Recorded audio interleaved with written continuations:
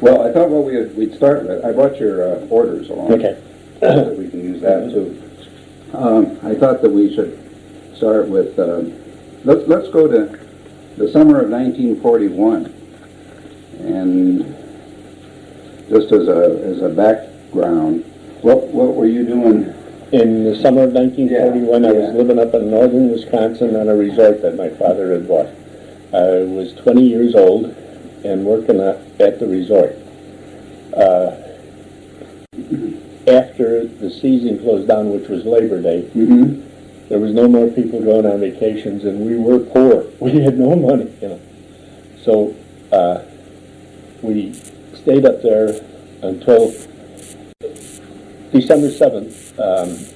Murphy and I had gone into Chicago on a visit. Okay, on that day, on that weekend. Uh-huh. On Sunday, December the 7th, we were watching the Chicago Bears play the Chicago Cardinals at Wrigley Field through the courtesy of Lou Gordon, who had been a pro football player and had been a policeman with my dad. Real nice guy. Yeah. But anyway, they announced at halftime that the Jets had bombed Pearl Harbor, and I remember, what the hell is a Pearl Harbor? So after that, went back to Iron River and cut wood for a month. So my mother would have firewood to work with, and then Murphy and I decided we would enlist in something. So we've been listening to the radio, and the Marines were holding out at Lake Island. Every day they'd say the Marines continue. So they were in the news all the time. All the time. Yeah. We came in to Elmhurst, to my aunt's house, the week, New Year's Eve day, we went out on a big party New Year's Eve, New Year's Day also, and made a date. Murphy and I were going to meet at the recruiting office to enlist in the Marine Corps. He was hung over too bad and he never made it. But I did. Oh, you did? Oh, you went by yourself? Yeah, I went by myself. So what day would that be then? That would have been around January the 2nd, 3rd, or 4th in there sometime. Business days after. I left Chicago January 7th to go to San Diego. Got on the training. Was that the only recruit depot at that time, San Diego? No, there was one at Parris Island. Oh, yeah. But evidently Parris Island was full. Yeah. And everybody enlisted. Everybody, Yeah. They really turned on. So, went to San Diego. How long did that take? Now, that was by train. By train, 3 days. 3 days, yeah. And boot camp was accelerated. It used to be 8 or 10 or 12 weeks or something like that. We went through boot camp in 4 weeks. Wow. 2 weeks doing close order drill, 2 weeks on the rifle range, and then into an outfit. Yeah. So this Raider battalion was taking volunteers, and I volunteered for it and was accepted. We trained. What were your other choices? Go into a line outfit. Oh, okay. Take what the Marine Corps gave you. Yeah, okay. And what they were going to give me, I was going to be a communication man in the 3rd Division, the 9th Regiment in the 3rd Division. Oh. I went in to get into the war, and the Raiders were getting into the war. So yeah. I went. The war wasn't going so good at that time. It was going terrible. Yeah. We were losing. The Japs were. This was before the battalion was going on, and the fighting in the Philippines. The Marines had lost at Wake Island. The Philippine Islands was real sad. Yeah. The West Coast was on a blackout. There was all kinds of rumors about Jap submarines shelling the coast and things like that. It was really tragic. Yeah. So anyway, when the Raiders were organized in February, I spent real intensive training. We would, every day a hike would be 15 or 20 miles, and once a week we would have a long one that was usually over 4. And this was still out of San Diego. This is around San Diego to a place called Jack's Farm. I don't know whether it still exists or not. It might, but I don't know. After the training at Jack's Farm, they took us and put us on what they called APDs. They were old World War I destroyers that they had taken 2 of the 4 stacks out and 2 of the 4 engines that were in them. and had a troop compartment. They would carry a company of Marines. Had 4 landing boats sung on the side, so that's what you landed from. Yeah. But anyway, we were on these things for, maybe close to a month, going around San Clemente and Santa Catalina Oh, yeah. and practicing landing. That's what's in this, This training Yeah. that he was talking about in here. Sometimes at night, sometimes during the day, using the rubber boats, using the landing boats, which we never weighed. When that was over, we came back to the Marine Corps base at San Diego. And speaking of airplanes, the huts they had us in were right at, this is right after boot camp. I'm ahead of myself a little bit. But we were consolidated factory and the Marine Corps base were right alongside of each other. Okay. And the runway where these liberators were taken off Yeah. would come right at the hut I was at. We were like maybe the second or third hut in. And that's Lindbergh Field. I guess it is. Yeah, the same little old airport squeezed onto that peninsula. But anyway, they'd take these liberators off, and they were loaded, they were yeah. carrying them all over the world.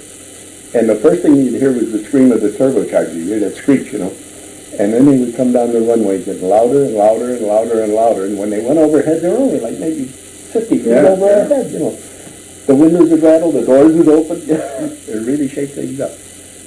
But anyway, to get back to the chronological thing, the Raiders went back to the base at San Diego, stood around there for just a few days, had Liberty up in Los Angeles, one extended Liberty for 3 days.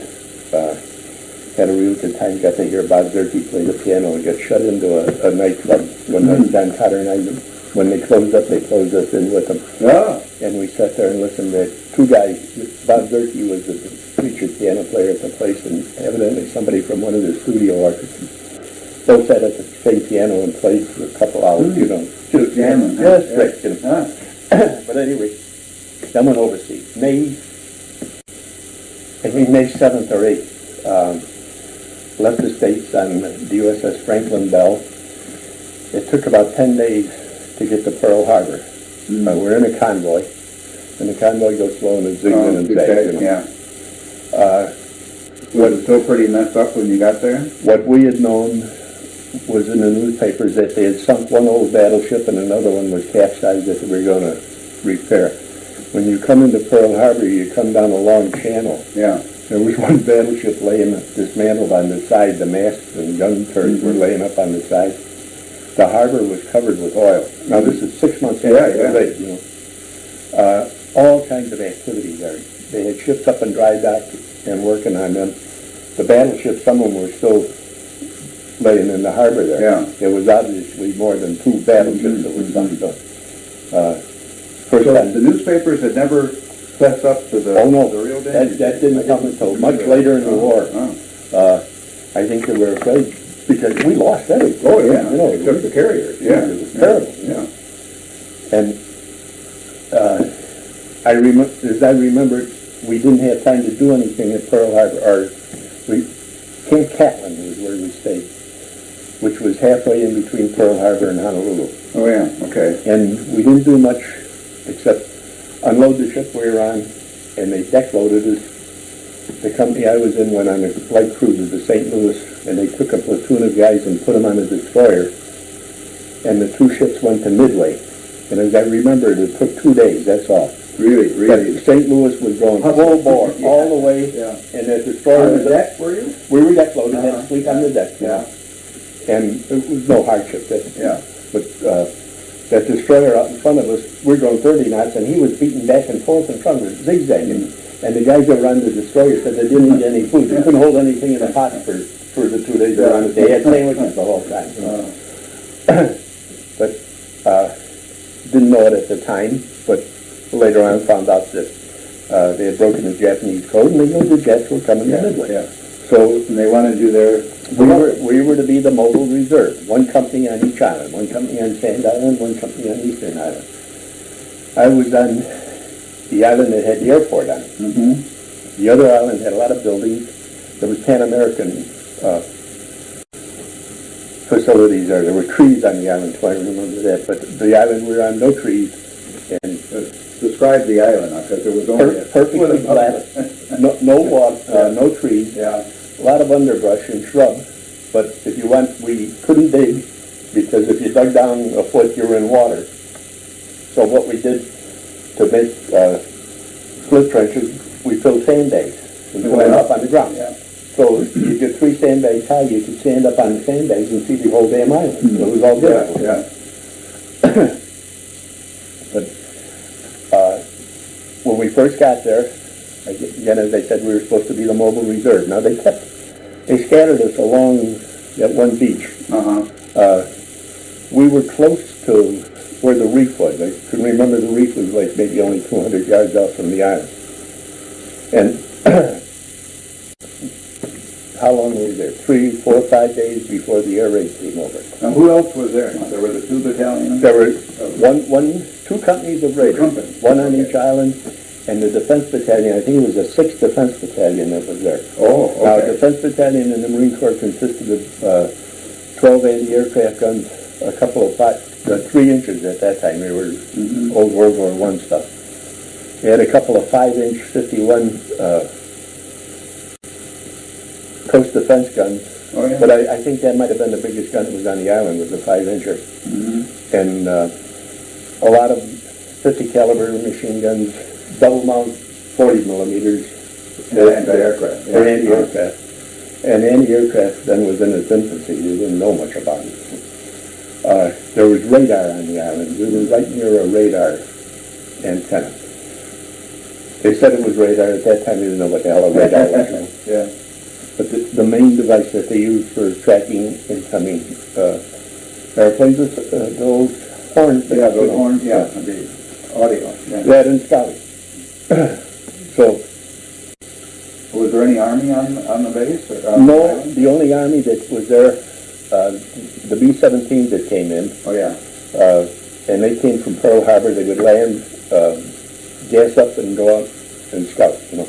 There were also 4 B-26s that were on the Midway. They used those as torpedo planes. The airport was it started in the ocean and ended in the ocean. And it was so short, the fighter planes, when they were coming in, if they weren't going to hit right on the end of the runway, you could hear them pull the coal on and go around again. Yeah. And the B-26s, when they came in, you could hear the brakes screaming all the way down the runway, you know. They had to shut off before they hit the end. But also, they had a couple of alerts where they would clear all the airplanes off the field. And the island's covered with birds. The biggest ones were those albatrosses, but there were all kinds of little terns. And those airplanes taking off, 5 minutes after they were gone, the feathers were still falling. It's birds. But also, living conditions. It was like being on a desert island. There was a water purification station there. Oh, it really is a desert. Not for washing. Yeah. It was only for drinking. Yeah. And so damn many birds, you get shit on at least 3 times a day from all the birds that were around. But anyway, when the raid came off, I don't remember whether we knew the night before or not. I think we did. You did get... They had one of the PBYs picked them up. Okay, all right. In the evening, I think. Yeah. I'm trying to remember. But I know the next morning... They didn't pick up the carriers, but they picked up the ones that had the troop transport. Yeah. And anyway, the next morning they had us up bright and early and telling us condition red or yellow, whatever it was, you know. And you had to wear a gas mask. Oh, really? Because the Japs were supposed to have a colorless, odorless gas. Oh. You had to put the gas mask on. Yeah? First thing they told us, the Jets are 150 miles out, they'll be here in half an hour. And the airplanes? The airplanes, you know. Okay. They're in air raid coming in. So everybody stood in your hole, put your gas mask on. So we did that. When the airplanes came over, the first thing we saw were 2 flights of high altitude. By high altitude, I learned now that were probably about 12,000 feet. But they were great big V's. And they didn't seem to concentrate on the airport island. They were hitting the other island. Oh. Because when they came over, the anti-aircraft laid a perfect screen down underneath them, just the way it's supposed to be. One of them started smoking and fell out of formation and burst into flame. Everybody cheered like you're at a football game. We thought we won. Was there anything on the other island that made it a better target? All kinds of buildings. Oh. I think there was a fuel dump there because the thing burned for 3 days after the raid. Now, they didn't miss a damn thing. Whatever they aimed at, they hit. And this was not dive bomb. This was not dive bomb. Horizontal. Yeah, this was the horizontal bomb. Yeah. They were the first ones across. Everybody's all excited, of course, and things, and it's been over 50 years. But that was the first one to come across. Watching the other guys around, I watched one of the old timers take his gas mask off. And I figured he's living out of the too, so I took mine off, Yeah. And sitting on the edge of the hole, or standing on the edge of the hole, trying to see what's going on. And the next thing that I remember was the dive bombers, and they hit our island. We were on one side of the runway. On the opposite side of the runway, there was a PX, a galley, a kitchen, and a mess hall. The command post, which was a dugout. It was dug in the ground and covered with sand. A powerhouse that had sandbags up and down the side of the thing. I forget what else was over there. But anyway, those dive bombers had come in on those things. And every gun on the island, there was just a cone of fire going up. They would go right through the cone, drop their bomb, and pull out. And they didn't miss any one of those things by even 5 feet. The powerhouse, they could have dropped the bomb right alongside of it and not damaged it. They put it right inside. They hit the command post that was camouflaged. The island commander got killed. They hit the PX, the galley. Every building that was on the island except where we were, there was a storage shed, and we were about 50 feet from the storage shed, and we figured when we come back, they're going to pass through it. I don't want to be close to it, Were the airplanes in the air? The airplanes took off right away. They were gone. Even the big ones? Everything. Yeah. Cleared everything off of the field. That was part of the defensive measure. Yeah. And remember 1-0 hit on the island. We talked to guys that were on the gun crew nearby where the thing finally ended up. It hit right about in the intersection of the runways and dug a hole about 6 feet deep. Ooh. Yeah. And the guy on the gun crew, again, this was sandbagged above the ground. They weren't in the ground. He said he watched this thing hit, and the engine was a ball of fire come skipping on the runway and bounced right over their gun and landed in the beach on the other side. The dive bombers, I don't know whether any of them got hit or not. They must have got hit going through all that fire, but none of them went down. Yeah. Also, there was a couple strafing runs that they made. One of them was interesting. I was sitting on the edge of the hole, and I'd see traces over my head about 8 or 10 feet high. And I thought it was the guys down here firing at something. And I turned to look, and it was a 0 strafing the radar tower. So, but let's see now. When it all calmed down, all the airplanes, as they say, were gone. And remember counts. I remember there were 6 TBFs, and there was 4 Marauders, the B-25, B-26s, B-25, B-25. Well, the Martin. Yeah, the B-25. B-25 was the North American with the split tail. Most of the airplanes, the fighters were Brewster Buffaloes and Grumman Midways. Yeah. The dive bombers, there was a whole bunch of SBUs that still had fabric covering on the back, and some SBDs also. The torpedo planes, I don't think they flew many off of Midway. The B-26s were used as torpedo planes, and the TBFs were. So anyway, after the Japs left, the island, wherever you looked, there was pieces of shrapnel laid. Oh, yeah. Now, I wonder, Did they hold the runway other than that one crater? No, that was, and no bombs on the runway at all. No bombs at all? No, but usually it was covered with shrapnel. So, anyway, the airplanes started coming back, and we're expecting them to come back. And there hardly any came back. Out of the 6 TBFs, 1 came back, and it was all shot up. When it landed, only 1 wheel came down, and it skidded down the runway. 2 of the B-26s came back. 1 came in all right. The other one, when it came in, the nose wheel caved in. And I went screaming down the runway on the nose and the two main wheels, and making a hell of a racket from it. And when it slowed down to about 20 miles an hour, you could see the guys dropping out of the thing to get out before it caught fire. Didn't catch fire, but anyway. SBUs and SBDs, I don't remember hardly any, or fighter planes coming back. There was, I suppose, but I don't remember. What did come back had holes in it. Went over later and looked at that TVF. That even had holes through the blades this way. Not only this way, but this way. That was good. And now, was all this just over the island, or did they go out to the Jap fleet? Our planes went out to meet the jet fleet, and that's where they all got shot down.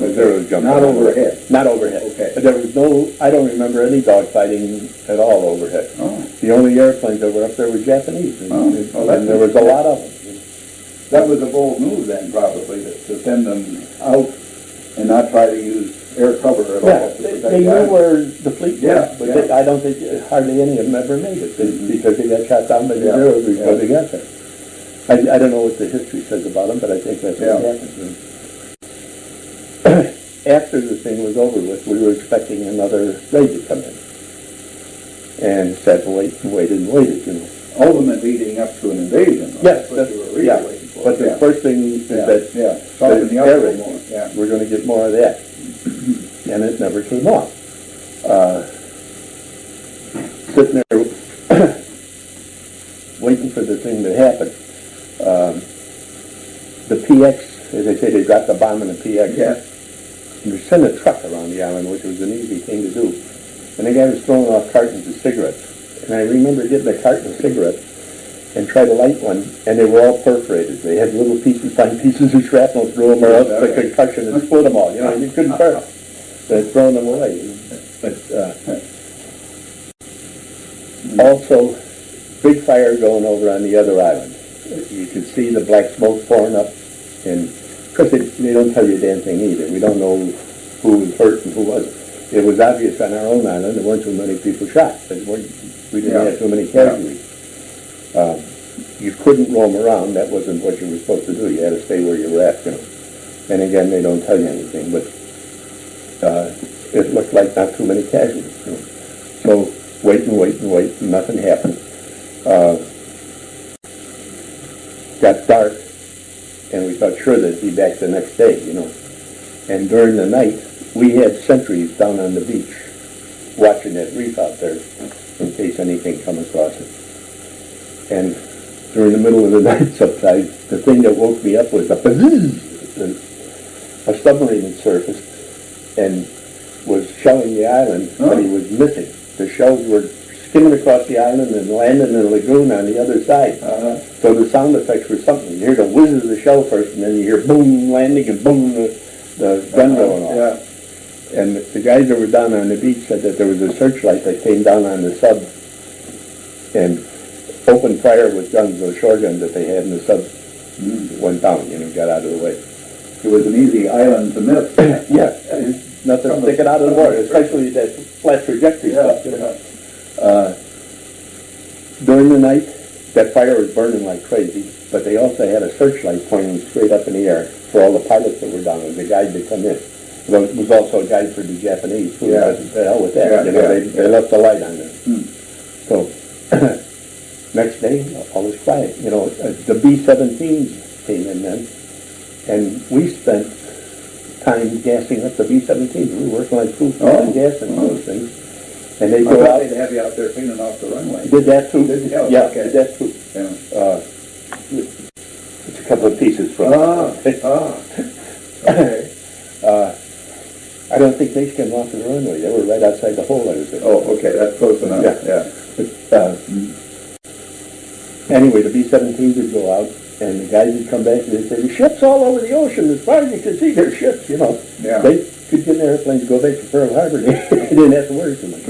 But anyway, it calmed down after a few days, and that was it. So, found out that we had done real good, Now, we didn't know. How did you find out? How did they? They word of mouth, and there was a news bulletin that would come out And the bulletin was in general terms. They would, one of the things they said, we lost the Yorktown. Okay. But the Japanese had been defeated. Now, how bad we didn't know, but they didn't land. So That was your first, Yeah. your best clue. Yeah. we stayed there for another week or two, and then they put us on board a ship and took us back to Pearl Harbor. A little slower ship this time. A week. A week. Yeah. We were deck loaded on a thing called the USS Regulus. And what they did is they put dunnage down one deck down, and we would sleep down there. And I remember waking up, going down there one afternoon napping, and waking up about 6 inches off the deck because they had fired a gun on the rear of the thing. And then the whole damn ship shook. So I went up in the air, you know. But like I say, 6 days to get back to Pearl. Everybody was sick. Food contamination that we had picked up on Midway. Oh, I missed. Everybody had dysentery. I wasn't too bad, but we had some of the guys that were really, really sick. You know, my brother-in-law, Cotter. Yeah? He went from like 210 pounds down to 165. Oh, for crying out loud. They were so bad when we got back to Pearl Harbor. Some of the guys, they kept right in they put their bunks down in the John so they could be close to the toilet. Mm. And after a while, And it was food poisoning from it's it. some kind of Yeah, food poisoning. You know. Huh. So, That was worse than the Japs then. yeah. Oh, dear God. Nobody died from it, but boy, there was sure a lot of sick guys. Didn't bother me too much. I had it briefly, but not bad. Got back to Pearl Harbor. We stayed at Camp Catlin. We would go on liberty 1 day a week. They had strict martial law. You had to be off of the streets by dark. Oh. And we would go on liberty like from 9 in the morning. They gave us an extra hour at the Raider Battalion because we were outside of the usual routes, you know, for getting back and forth. Oh, yeah. So, but anyway, you had to be off the street by dark. 1 day a week liberty. And real tough martial law. And when the fleet was in, downtown Honolulu was blinding with white uniforms. Yeah. Just loaded with service. That went on until September. Yeah, Just about. We left there in September. They put us on board the USS Wharton. Went, stopped it along the way, Howland Island, Johnston Island, got down to Fiji. Instead of going in a straight line to Espiritu Santos, we had to go way down to New Caledonia and then back up to New Hebrides because of the Jet Task Force over Rome. At one time, just the one transport, the Wharton, we had a couple of cruisers and 4 or 5 destroyers with us, just convoying the one troop ship. Oh, So, now, how all was on board that troop ship? just our battalion. Just your battalion? Yeah, Okay. and a lot of other, there were officers, I think there were flyers that they were transporting down there too. It's an interesting thing. From New Caledonia to the New Hebrides was maybe a 2-day run, and that's where all the danger was, where the Jets were real active. They took all the automatic weapons we had, and each company had 4 machine guns, and each squad, and what was there, 369, 9 squads, or each squad had 3 BARs and 3 Tommy guns in it. But the BARs, the 30 caliber ones, we put them on the upper boat deck. The guy with the BAR would strap the sling around the rail. They made brackets for the machine guns to put on the deck. And we had anti-aircraft there that you wouldn't believe. Yeah. We practiced when they let balloons go, you know. Yeah. Let the Navy shoot at them first with their 20 millimeters, and they'd go boom, boom, boom, boom, boom, boom, away, and finally they'd hit the balloon. You know. They let the thing go for us, and those guys were just waiting for them to say fire. As soon as they said fire, just one solid roar of sound, and the balloon had disappeared. You know. But thank God we never had to use it. No enemy in sight. No enemy in sight. So Submarines. we came into Espiritu Santos and the New Hebrides. What we're going to have to do one of these days is just make a map of all this too. So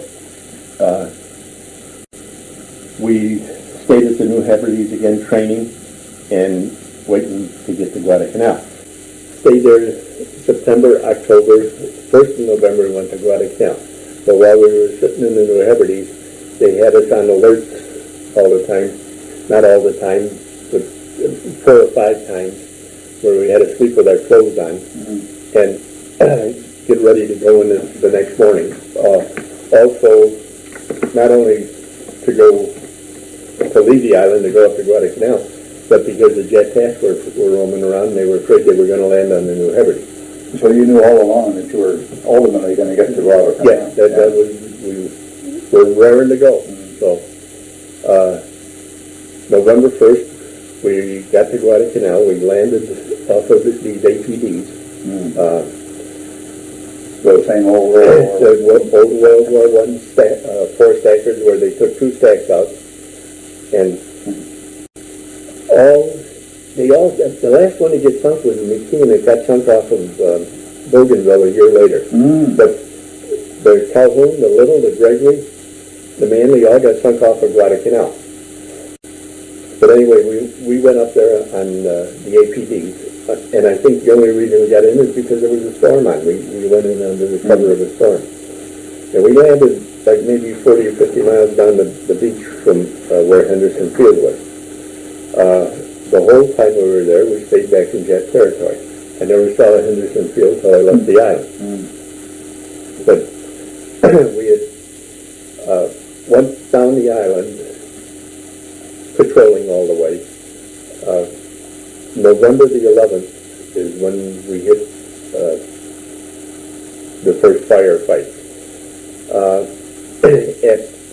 I didn't know it at the time, but found out later that there was a Jap outfit that had landed east of Henderson Field, and the overall strategy was that a battalion of Army was to come out from Henderson Field. A battalion from the 7th Marines was supposed to come on the beach and land behind them, and we were to close in from the other side with the mountains inland cutting them off, and that's the way we were supposed to do it. Well, what happened, the Army never got there, and the Marines never left the beach, and we had them all to ourselves. But Carlson, being what he was, it was a hit-and-run kind of thing. He would hit them, and we would back off, and then hit them again and back off.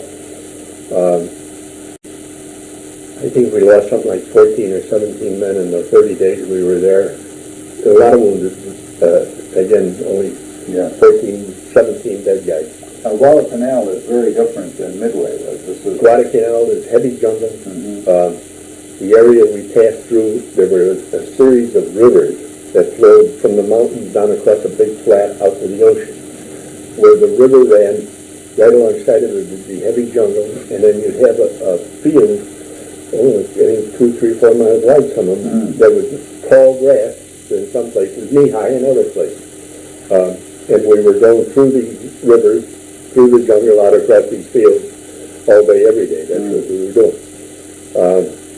And no cover in the fields except the grass, the height of the grass. Yeah. So on November the 11th, we were crossing one of these fields, and one Jap let go with a shot when the point was like maybe 200 yards from the jungle where he was hiding. And when he got that one shot off, everybody was on the ground immediately, and they swept the thing with machine guns and throwing mortars out there. Breaking communication, 10 or 12 of our guys went ahead into the jungle where the Japs were. The rest of us were told to turn around and come back. The bunch that went into the jungle, Fanslow and Mercado both got killed. No wounded, just the 2 dead guys. The rest of us came across, back out of that field, crawling for a long way. I can remember laying, when the first shots went off, laying on my belly and watching the grass flick over my head as they were sweeping it with the machine gun fire. When they were dropping the mortars out there, the dirt was falling on me. My squad leader, John Middlebrook, he got wounded, but not bad because the shots by the time you got to him were pretty well spent after plowing through all the grass. Oh, yeah. So, anyway, we had to come out of that field, and I crawled on my hands and knees and belly for maybe 600 or 800 yards. I can barely remember coming out of the thing. I was so exhausted. anyway, after that, a lot of patrol action, a lot of sniper fire. No, our company anyway didn't have any big battles, just sniping, popping back and forth. Some interesting things happened. Patrol one day, we had lost the battalion, the company commander. It wasn't too good, he left us. So Schreier was running most of the thing. He was platoon sergeant who really knew what he was doing. But anyway, we got another lieutenant, a surgeon, who we knew anyway. He was kind of the original. He came in with us, and we were on a patrol, went down to the beach, and had left the beach, and we were taking a different way to get back to the battalion. And the natives are standing out there telling our surgeons, no, and he kept saying, go, keep going, and somebody's dropping mortar shells or artillery in front of us. They're hitting in the trees, and you could hear it. Now, I don't know whether it was Japanese or ours, but anyway, it was under fire. So, my squad leader at this time, after Middlebuck got wounded, we had Bert Fulton, squad leader, and he tells a story about walking, on this trail, and he happened to be looking at the tree when a piece of that shrapnel hit the tree and broke a branch off. Now, when the branch started falling, it sounded like a shell coming in. It was So everybody thought, here's a shell coming in. They all dove off to the side. So Fulton says he saw that thing break. He looked in front of him, and everybody had disappeared in front of him. Can't see anything. He turned around, looked behind him, and he was standing there all alone. There was nobody there. Everybody was done. But anyway, that was enough to get a purchase to turn around and get out of this place. Another session, we went down to the beach. We took wounded. We take the wounded guys down, and they would send boats down from Henderson Field to pick up our wounded and bring us chow and ammunition. And we were on the beach this one day when a Jap air raid came over, and they flew in two big formations high. You couldn't see any markings on them, but over where we were, went down on the water across the channel over by Tulagi, and couldn't see any ships out there. But all of a sudden, the airplanes are right down on the wire, and all of a sudden the black smoke appeared. The anti-aircraft fire off of the ships, and every one of them went down. They shot every one of them down. I think there was something like 20 of them. I found out later that one of those anti-aircraft cruisers, the Atlanta, was the one that was doing most of the firing. Dogfights, they were always up too high. You could hear them, you couldn't see them. You could hear the machine guns going off, see the little skyhooks up there where they dove and pulled off, the vapor trails, but you couldn't hear see anything. Guadalcanal, like I say, lasted for 30 days for us. I went from like 210 pounds down to 160 because we were living conditions. We didn't have time to eat. Everybody carried their own food. I had a sock full of rice. I went 30 days on Guadalcanal with the clothes that I had on. And a canteen cup with a spoon and a machete and a poncho. That's all that I carried. It was so warm you didn't have to worry about staying warm at nighttime, but you did want to keep the water off you. So, did it rain a lot? It rained every day. Almost every day. And it would get hotter than hell. The rifle, by the time I finished, was bleached white from where I was holding it. And I had a sore spot on the heel of my hand here from the M1s. They had to be seated all the way or they wouldn't fire. And going through a heavy jungle, if you pull the operating handle back just half an inch or so, it wouldn't shoot. So it's got to be a nervous habit walking along and give the thing a hit. But anyway, the stock was bleached pure white from where I was holding the thing because of the heat and humidity and sputty. But anyway, we were used like gorillas while we were on Guadalcanal. Didn't you get shelled? There was a lot of shelling. The shelling, Henderson Field, the middle of November, they had that big naval battle come off, and where we were, the island was jumping. But we were 20 miles from Henderson Field. We weren't under any of the direct shelling. The guys out of the 1st Division that had a hell of a time throughout the whole war said that the worst thing that they ever went through was that shelling. They're the ones who went in. They were the ones at Henderson Field. that were under the stuff while it was happening. You know? But as far as we were concerned, it wasn't too much. Talking about raiders, we were the second raider battalion, and we, as they was describing, operated like guerrillas. The first raider battalion came in with the original landing. They had a lot of action at Tulagi, and it brought them off at Tulagi and moved them over to Guadalcanal. And in September, they had one hell of a battle on a place called Bloody Ridge, or Edson's Ridge, where they stood off the Jap. I think it was a regiment, probably 3,500 guys that they cleaned house on. They also got shot up so bad that they weren't effective as a fighting force after that anymore either, so they took them over the island. Yeah. At Guadalcanal, the living conditions that we lived under were so bad that afterwards, that field that I got caught out in, that they got scratched on the knee. And after about 2 weeks, my leg was up like a balloon. So I had to go to the hospital, and I spent 2 months in the hospital. Just from an infection. Yeah. It ended up with an open wound on my kneecap about the size of your wristwatch. And it wouldn't heal. It stayed open, nice and pink, and it wouldn't heal. And finally, the thing that got it to heal, they take me down to the x-ray lab and put a sun lamp on it. And that finally got it to close up. But anyway, 2 months I was in the hospital with that thing. Most of the casualties were from disease then, more than... With us, it was disease, yeah. How did your outfit come out? What was the... We were about half strength when we come off of Guadalcanal. Also, this raider battalion, you could quit if you wanted to.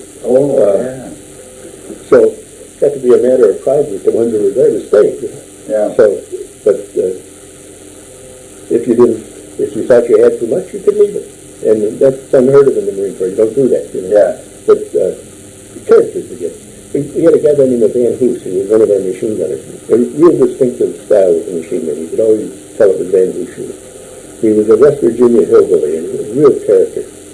And they told me that after we got back to the States, he went overseas again and made Iwo Jima. And somewhere during Iwo Jima, he quit. Said, I had enough of this, got up and walked away. To hell with it. No more. But he's the kind of guy that could do it. You know, and nobody thought that he left. He quit. So you were in the hospital for 2 months? 2 months. And where was the hospital? That was in Afadi, on the New Hebrides, which was the Sur de Santos is north of the New Hebrides, Afadi is the south. Okay. So, big hospital, Quonset huts, 30, 40, I don't know how many, 50 Quonset huts. Good doctors, good corpsmen. First nurses came in there while I was there. First woman I had seen in 6 or 8 months. Yeah. This was Navy then? It was Navy hospital, yeah. After the hospital passed through casualty company, got back to the Raiders down in New Zealand. And then from New Zealand... They've been withdrawn and... They've been pulled off. After you left? Yeah, I only missed maybe 3 or 4 days. And they pulled the outfit out. The outfit had gone after Guadalcanal back to Espiritu Santos, sat there for a while, and everybody's sick from the living conditions that we had in Guadalcanal. And then they took them down to New Zealand. We were supposed to have Liberty down there. We were there for 6 days. The outfit was there for 6 days. I was there only 3. And they ran us back up to the island. Another interesting part of being in the Raiders. We got back there, and I think what they had planned on doing, I never did find out for sure, but I think what they had planned on doing was putting a reconnaissance up on one of the Jack-held islands, Bougainville, Rabaul, wherever. But we trained off a submarine. The company commander picked out himself and 9 other guys as a scouting unit. And I would have went any place with them. You talk about sneakers, they were really great, you know. But what we did, we practiced by going out on the submarine. Yeah. And again, you didn't know whether you were going into business or whether it was just a practice routine. Okay. But we go out on the submarine, they take us around the backside of the Espiritu Santos, and they would take 2 rubber boats, and it had a full crew, 11 guys in each boat. Go ashore, and 5 guys out of each boat was the reconnaissance team. You would stay ashore, the boats would go back to the submarine, and then the following night they'd pick us up at another beach. So, landing in the dark, and sometimes there wasn't a beach. We went ashore, they sent them ashore one night, or the beach where they were supposed to pick us up. They had sent us ashore, we walked on the beach, and the beach was non-existent. It was a coral reef, right on the ocean. And the waves were coming in, they're 8 or 10 feet tall, they'd break across the top and then recede down to nothing. Yeah. So, and besides that, it started raining. So, the 2 rubber boats that came in to pick us up, they made it in, but they dumped coming in. And we were having a hell of a time getting off of the beach. We finally made it off and got out in the ocean and trying to find the submarine in the middle of the night. It was raining like crazy. Couldn't find no submarine. And had the gunnery sergeant sitting down in the front of the boat underneath a poncho keeper. I kept kicking him to flash a light. He didn't want to flash the light. But anyway,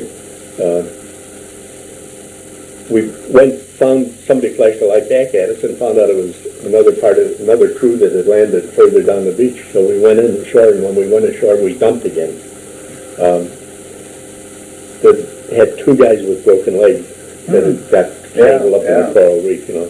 But anyway, next morning back on the subs, and but it was real rough and rugged. The paratrooper used to talk about jumping out of airplanes, and I think they should have went on some of those rubber boats. Oh, geez, that was something.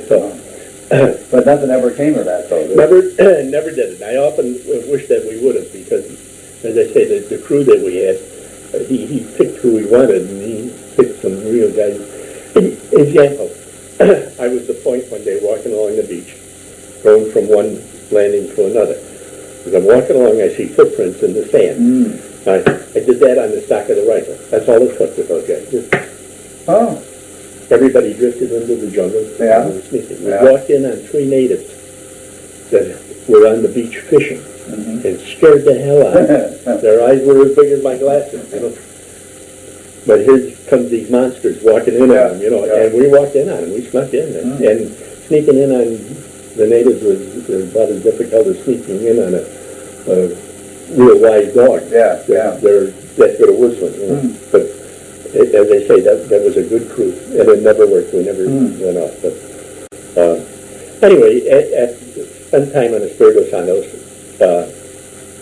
then down to New Caledonia. We're getting other replacements now, getting back. Got replacements in.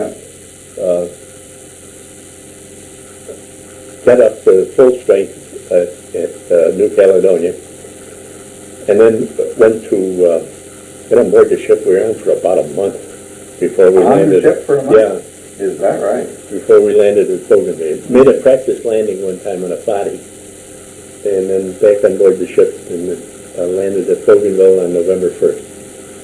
About the 4th day we were on Bougainville, they used our company to patrol inland to look for a bomber strip. We had a lieutenant commander from the Seabees and a Catholic priest that knew the island as guides, and a bunch of natives. How did the landing go? Was it? And the landing on Bougainville, going in, the 1st Battalion, 3rd Marines landed to the right of us. There was a point with a bunch of pillboxes on it, an island off of the point, Parada Island. And 3 companies out of the 3rd Raiders landed on Parada, and the 2nd Raiders went around the island and landed on the beach. All of them, we caught fire all the way in, and all of the landings were opposed. Always, those landings are screwed up. Nothing goes as it should go. And in our particular case, they had 2 boats, the headquarters company boat that had the battalion commander and a bunch of communication men and the chaplain, landed right smack dab on one of these pillboxes, along with a weapons platoon with machine guns and mortars. And they're not equipped to take out pillboxes either, but they landed right on the pillbox. So they ended up cleaning out the pillboxes.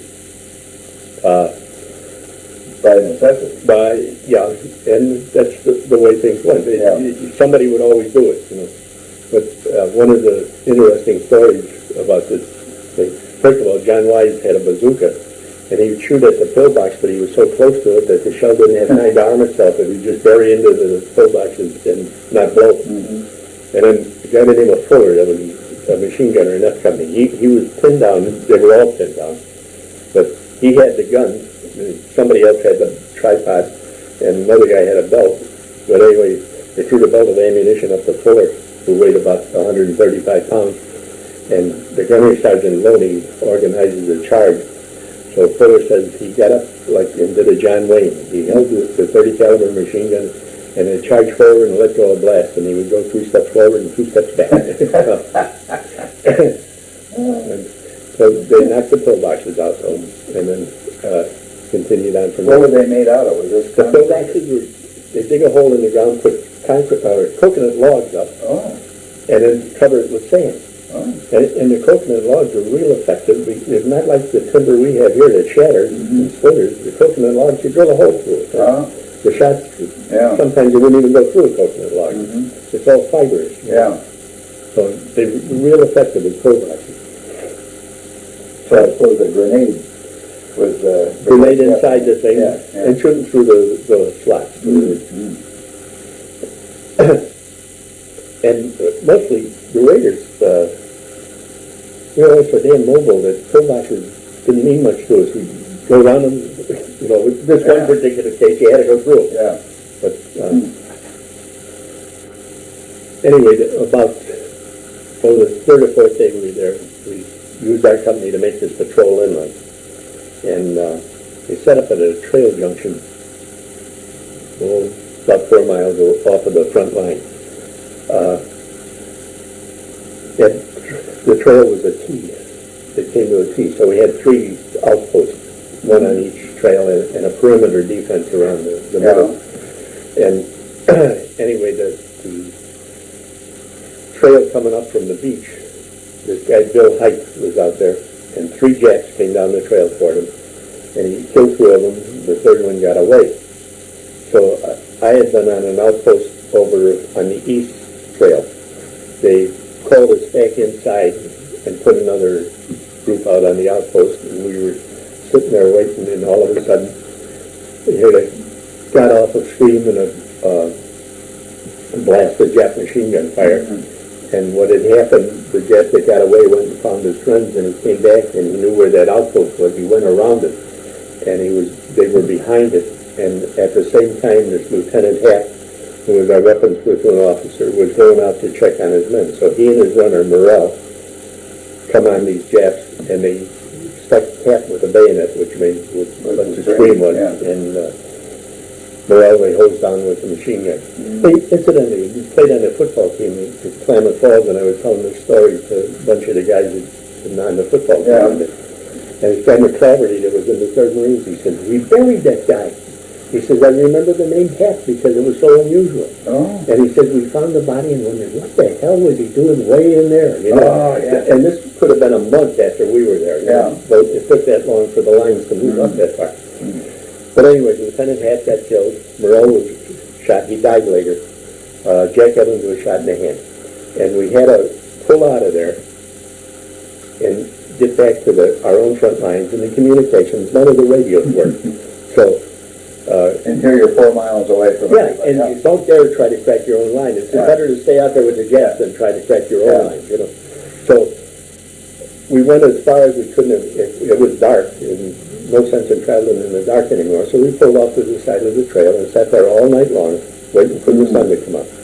So in the morning, Cleary was the first guy down the trail, and he found a tripwire, not maybe 20 yards from where we had stopped. And he stood straddling the tripwire, and each guy that come along, he would tell him, "Don't step on it." So we got into our platoon or our squad was the point. We were the first one. So we got into the roadblock, and first guy we come to the communications, we told him to get a Jeep out here to get our wounded guys, So he got on the phone and called the Jeep out. And while we were waiting, we talked to him. We asked him, what's that tripwire hooked to? And he pointed to the phone he was holding in his hand. He said, "It's hooked to this And if it got tripped during the night, we'd lay down mortar and artillery fire on the trail. So that's how close we come to getting shot by our own people. And that probably happened a lot. Yeah, I suppose, yeah. But anyway, that was the third or fourth day. The eighth or ninth day, we had H Company was out on this roadblock again, which always stayed about 600 or 800 yards out in front of the lines. They would put a company of raiders out there, and they were getting little action, but not much. But anyway, H Company was out there. And late in one evening, late one afternoon, they saddled us up, our company, G Company, and to go out and reinforce them. And we were shooting out there, just popping away, you know. Yeah. So we tied in behind them and sat there all night long. The Japs all around us, talking, hitting sticks together, making noise, trying to draw fire. When the air raid came over, there was a big blast of fire. I got a photograph someplace that showed the Japs had come down the trail and they had two machine guns on either side of the trail. And those guys on that gun, the first Jap could have reached the barrel of the gun. He could have touched it. They waited until they got that close, and they hosed down the trail. And they had about 15 of them strung out there that they had killed the night before. But the next day, we got out of the holes and went up, pushed up to see what we were up against. And found out later it was a reinforced battalion of Japs, about 1,200 of them.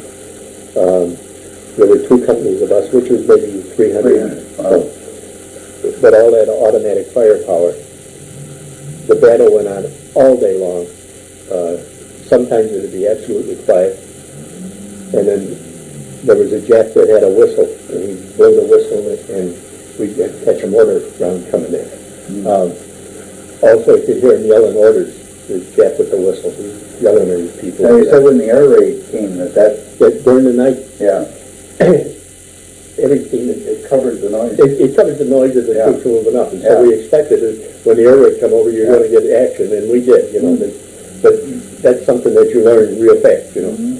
Any kind of distracted noise takes is cover for somebody to move up on, you know.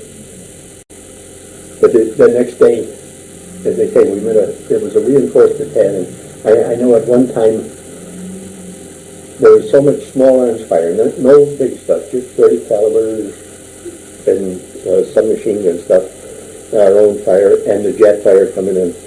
So there was so much noise that you couldn't even hear your own rifle going off. You pulled the trigger and it would bug up, and you couldn't hear it. You know, just a solid roar of sound. And of course, along with that roar of sound, all these bullets are passing through the jungle, and there was all kinds of crap coming down, leaves falling, whatever. Found out later, again, Schreier told me, he says it was a reinforced battalion, we killed about 400 of them. So the Jets, being what they were, they just kept charging and charging and charging, and they died. But they were smarter there than they were at Guadalcanal. At Guadalcanal, all 1,200 would have died. Hoganville, they pulled off. So, and then try again another day. It took them a long time to try again. They didn't put anything down there until, I guess, after the Marines were gone. The Australians were fighting them. No, take it back. The Army had a problem with them.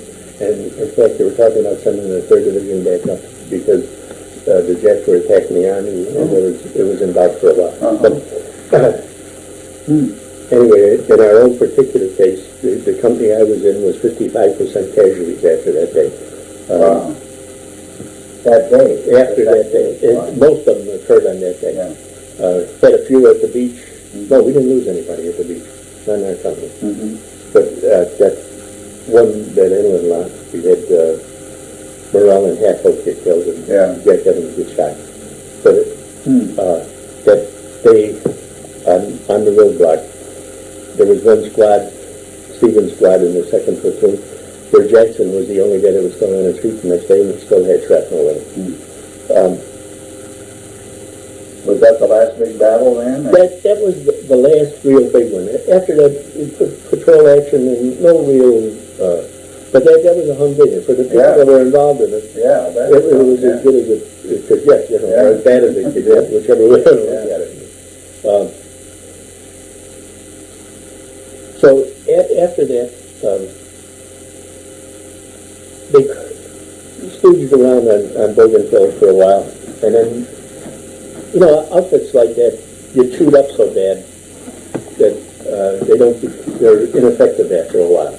Even with reinforcements? Even with reinforcements. Yeah. The reinforcements, Because they're green and... they don't help much. Yeah, And you don't get a... Isn't that really what happens, that you don't have enough old hands that even if you got replacements, you couldn't make a good unit out of it? It's hard to do. The war is a funny thing. A leadership, there are some people that do it and some that don't. And those that can do it rise to the top when it's happening. And you don't find any opposition from somebody saying, you can't be leader, I'm going to be leader. You don't hear that at all. The guy that's doing it does it. On Guadalcanal, we had a company commander, a guy by the name of McCullough, that was as personable as you could ever find, a real nice guy, but he just didn't have it. But we had Schreier, who was a platoon sergeant that had been in the Marine Corps for 8 years, and that fighting business was right up his alley. He loved it. He would say, no, I'm scared, you know. And had never done it. That's not done it on the even though- scale that we were doing, yeah. but he was a pro. That was his business. Yeah. And Guadalcanal, we had him. And I'm talking about your own little bailiwick at a platoon level, see, which is what you're concerned That's the with. world. That's it, you know. So the guy that became my squad leader on Guadalcanal, Bert Fulton, after Middlebrook got shot, when he went to Iwo Jima and ended up as a sergeant, a buck sergeant, running a battalion. Oh my gosh. Until he got shot. Yeah. He ended up with a field commission and a Navy Cross. But he was one of them also, you know, that the shooting business, he loved it. He knew what to do all the time, you know. And there's always somebody like that. See, our platoon on Bougainville, the platoon sergeant we had was an old Marine, but he was just so-so. But we had a hot dog lieutenant, the guy that I told you when we were going up on the roadblock. Oh yeah. His machine gun shooting out to one side, and he took off. He was up on the point. When we were on patrol, we'd have to chase him out of the point all the time. Lieutenant, get back there, you know, back there where you belong. Yeah. But anyway, this night up there, he started out for that machine gun. A runner grabbed him and said, "Take it easy, slow down," you know. But he was a good one, you know. And somewhere along the line, that happens, you know. If you get a bunch of them together, somebody's going to take over. The Marine Corps especially. I don't know how it would be in the Army, but these guys, they were all there because they wanted to be there. They're all volunteers. All volunteers. Yeah. And the Army was almost all drafted. Yeah. And you had very little of that's not my job kind of attitude, you know. So it was different. And those Raiders were different. They were characters, boy. This guy Cleary that I mentioned before, when December 7th, when the war broke out, he was en route from the Philippine Islands back home.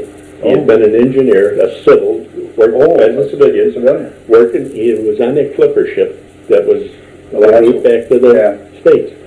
They got caught at Wake Island on December 7th. Yes, I remember that story. And he participated with some of the activities that happened there from December 7th until the 10th or 12th or whenever it was that they let the clipper ship come home, and he came home on the clipper ship. Now, Cleary was... Helped set up the defenses, I suppose, then. He was as full of bullshit as the guy comes, you know. And he never would hesitate to beat his own chest. Now, the reason I knew about this is because I got to be real good friends about him, and he told me, but he never told me the specifics. But I did see a picture of him in boot camp getting a medal pinned on him. In boot camp. Yeah. Here was a guy who was a graduate civil engineer. He got back to the States. He said he had $5,000 and a sister in San Francisco and another one in New York. So he went to New York, back to San Francisco, and spent the $5,000. And by that time he enlisted in the Marine Corps. And he was a corporal with them. So he ended up as a lieutenant with a field commission again, you know. How did they recruit you? What did they tell you about the Raiders? Here you are in boot camp, and you don't really know anything except what they tell you. Why are you here? Why do you want to join the Raiders? I want to fight the war. Okay. Do you think you could march 30 miles? Yeah, you know. Yeah. Can you swim? Ah. Yeah, I can swim.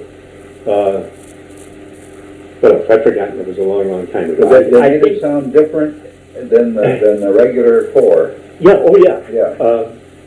They about being tough, you know. Okay, tough and I think what they were doing, they were looking at you at the same time you stood there and decided right off of the top of the head whether they wanted you or not. yeah. Now we had a whole bunch of guys, a real wide variety. I remember Wilkes, who was from Chicago. But he didn't weigh 130 pounds. This guy Fuller was very small. Yeah. But Wilkes, what they lacked in size, they made up for in meanness, you know. And I can remember Wilkes one time disrupting a ball game. There was a baseball game going on, and he was drunk. And he walked right through, and pushed the catcher aside, pushed the batter aside, walked out through the pitchers on us, through center field. I was standing out in center field by the mess hall, way back. He come up to me, and he, like you say, he's drunk, and he stands in front of me, and he's saying, Preston, he's waving his fist in front of me. Preston, there's nothing like having buddies. Look at that, a fist of steel. And it was 2 fingers as big as mine. A fist of steel. But he meant it, you know. But we had different kind of people. Yeah. Different kind of people. All walks of life. Poor ones, rich ones. Barney Higgins and Ted Catlin one time did mail call. And he says, come on, we'll go down to slop shoot and drink. So I said, okay, what are we celebrating? He was from Texas. He says, well, my daddy sold some land that my uncle left me. Okay, that's fine, you know. And how much land was it? I forget how many thousand acres was, but the sale amounted to $500,000, you know. So, that's worth celebrating. Yeah. He wasn't hurt, you know. Well, let's finish Bougainville. All right, Bougainville. This battle was on about the... That was on the 8th or 9th day, Okay. 10th day, and after that, nothing much happened with us. Caught some artillery fire one day. Earl Barrett got killed. Hardly any casualties after that. Okay, they pulled us off, when was it? Around the middle of January, 1st of January. Okay. And back to Guadalcanal. Stayed in a...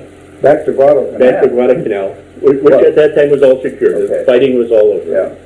It put us in an area that had been shelled, where the Japs, one of the last places they had left, you know, that had been shelled. It was a coconut grove.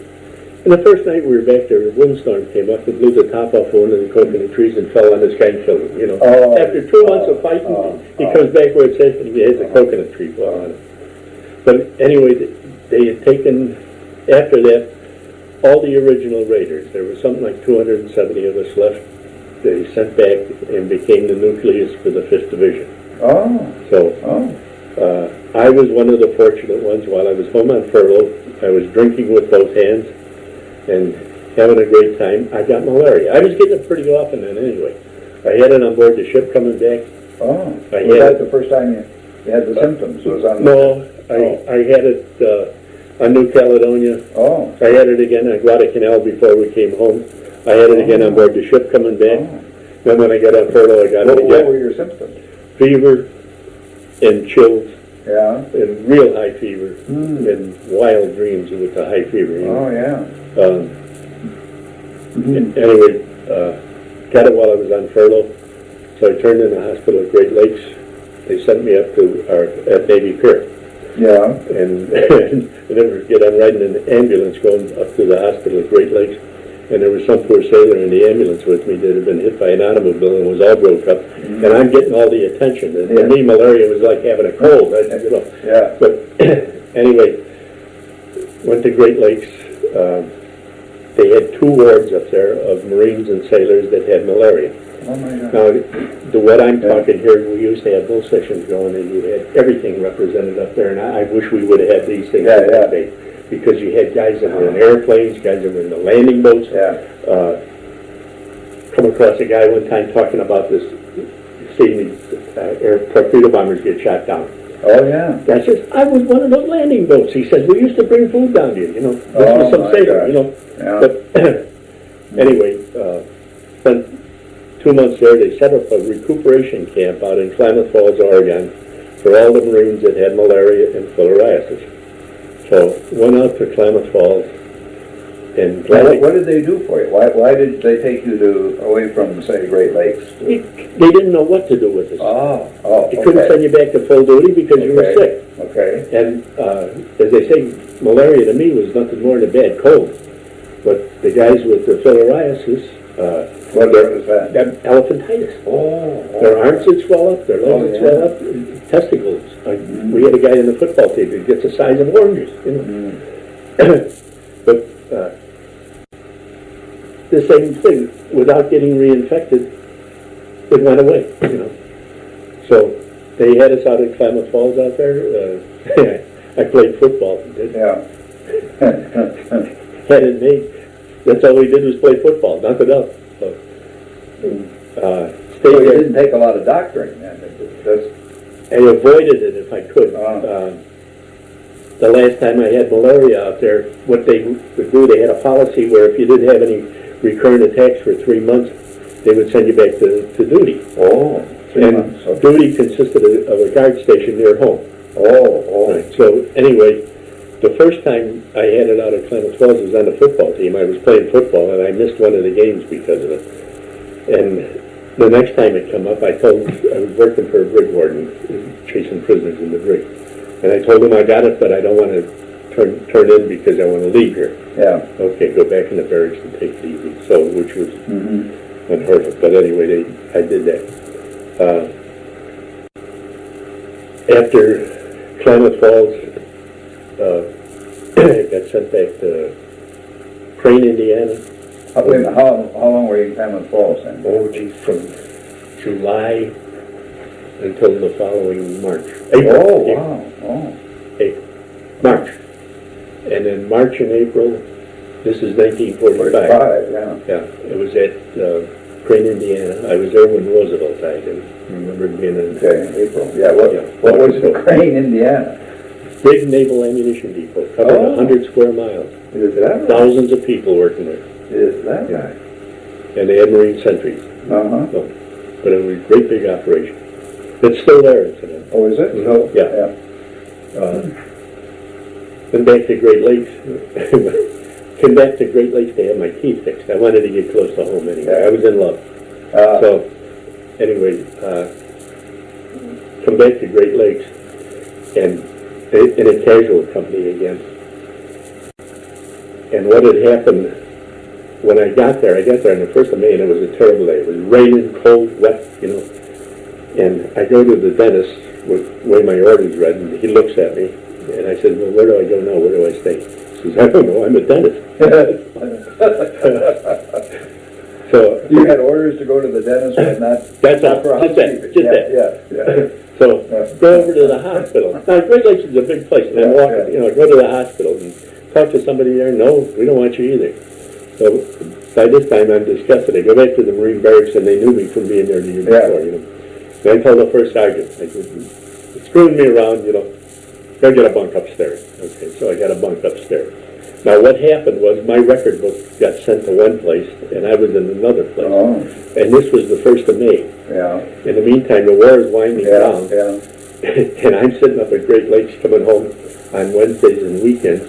And a lot of times I would go home because the sergeant in the barracks, I'd give him a phone number to call me if I was needed for anything. You know? So I stayed like that until the war VJ Day came along. And they discharged you with points. Yeah. I had points coming out of my ear between the battle time and the time I spent overseas. You know, and all kinds of points. So I still wasn't going to say anything until I was damn sure I was going to get out. You know. But anyway, I got a phone call one day from one of the guys that had been out on liberty with it, Tech Sergeant Baldo. And he said, you want to get discharged? I said, hell yes. He says, well, I just found your record book. So that was on a Tuesday, and I was out the following Saturday. I was one of the first ones out. I got out September of 45. September 22nd. So